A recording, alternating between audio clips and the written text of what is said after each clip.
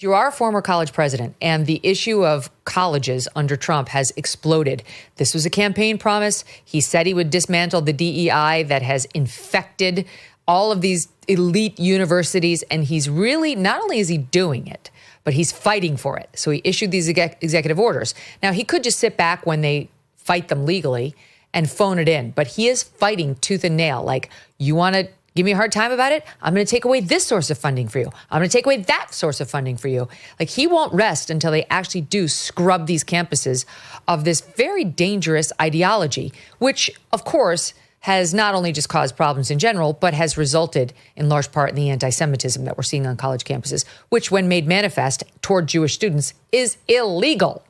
The latest is, this is from the New York Times, dated today, that they are seeking to force Harvard back to the negotiating table on its list of demands, like to clean up the anti-Semitism problems, et cetera, by saying you will not be eligible for any new federal grants. No more federal money, basically, in a contentious letter to the president, Alan Garber, saying you shouldn't be seeking grants from the federal government since none will be provided, signed Education Secretary Linda McMahon. And she goes on in just a scathing piece about all the sins they've committed.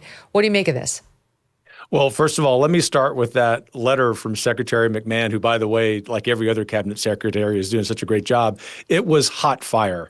And it's so righteous on behalf of common sense toward an institution, Harvard, that used to be the pride and joy of this country, even for those of us who didn't go there and never really wanted to.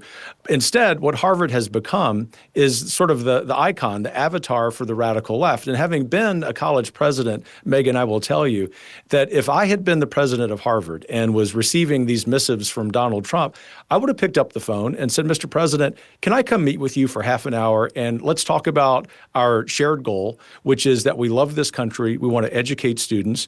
When we receive public money, we want to really treasure it and actually further science, further study, further American values.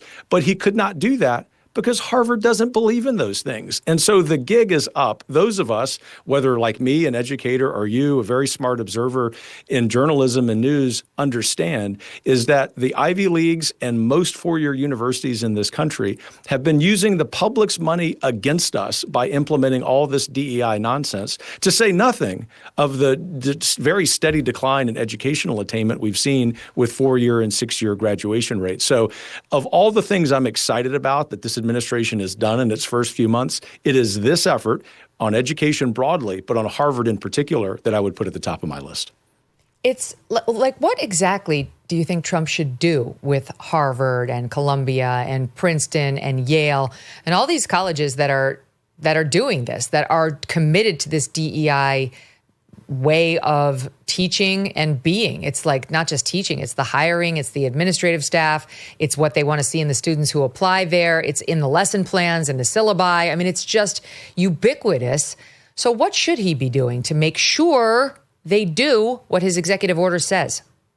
Two things. Number one, the letter from Secretary McMahon lays this out really clearly, and it is 100% solid ground legally and morally. And she says, look, in essence, you're free to do whatever you want to do as a private institution, but don't think that you can do that and also take billions of dollars of public money. If in fact you're going to take those public grants in order to fulfill federal government scientific research priorities, you have to follow by the rules. Harvard thinks that it's more important than the federal government and the American people. In essence, they want to have their cake and eat it too. And so what the Trump administration needs to do is cut off those funds, which the secretary has said will happen. Number two, it needs to continue to fight them in court, and I believe the Trump administration will prevail.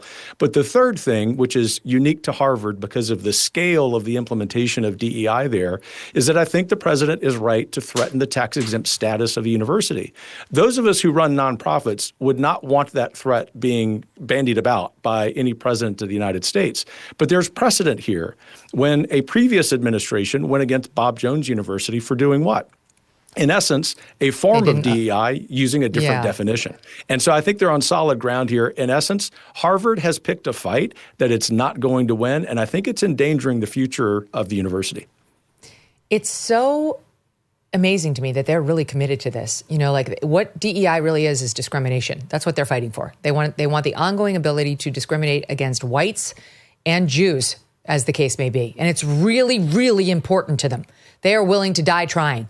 You look at just on Tuesday, there's a piece in commentary today called Defunding Shouldn't Stop with Harvard, where they outline the fact that their presidential task force on combating anti-Semitism and anti-Israel bias, they released their final report. Then they had to do the one on combating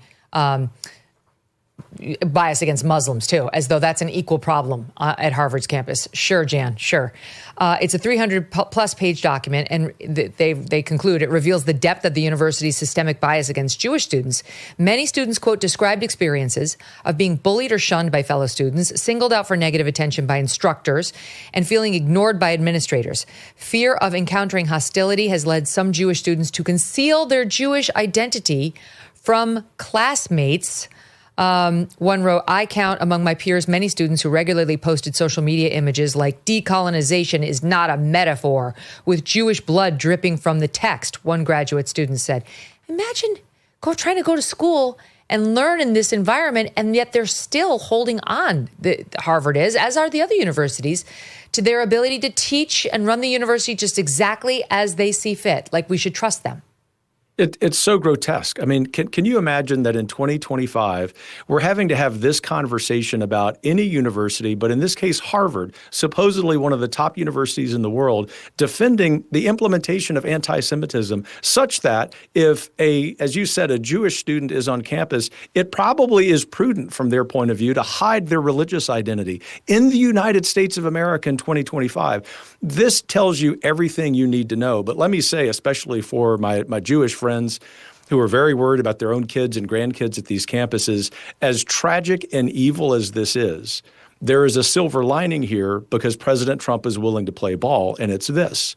This is highlighting the defense of anti-Semitism by Ivy League presidents is highlighting for the American people who weren't quite sure this was such a big problem anymore, that it is. And what it's doing is sustaining the popular will for the kind of reform that needs to happen to eradicate anti-Semitism, period, but also to do the kind of higher education reform that many of us, myself included, have been involved in for 25 years. I am, therefore, all of us really at Heritage, Megyn, are really optimistic about how all of this will turn out.